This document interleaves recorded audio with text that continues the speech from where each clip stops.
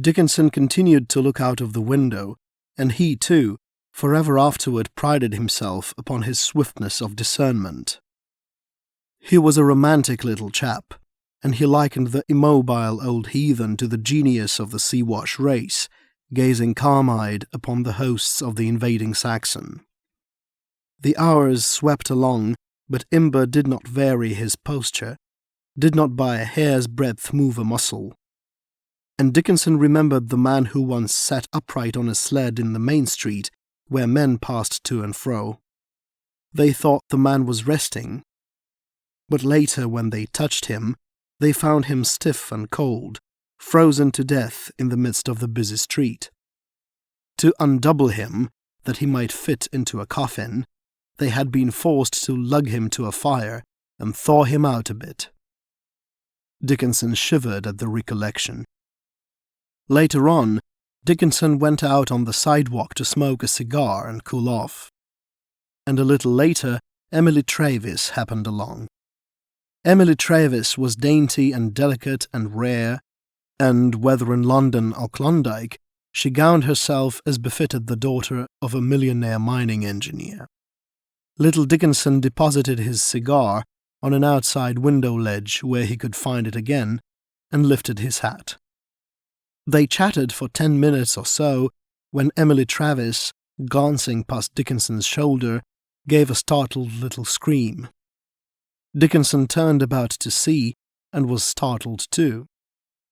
Imber had crossed the street, and was standing there, a gaunt and hungry-looking shadow, his gaze riveted upon the girl. "What do you want?" little Dickinson demanded, tremulously plucky. Imber grunted, and stalked up to Emily Travis. He looked her over keenly and carefully, every square inch of her. Especially did he appear interested in her silky brown hair, and in the colour of her cheek, faintly sprayed and soft, like the downy bloom of a butterfly wing. He walked around her, surveying her with the calculating eye of a man who studies the lines upon which a horse or a boat is builded. In the course of his circuit, the pink shell of her ear came between his eye and the westering sun, and he stopped to contemplate its rosy transparency.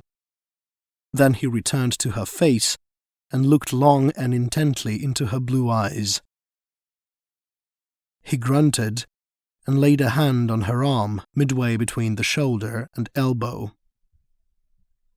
With his other hand, he lifted her forearm and doubled it back. Disgust and wonder showed in his face, and he dropped her arm with a contemptuous grunt.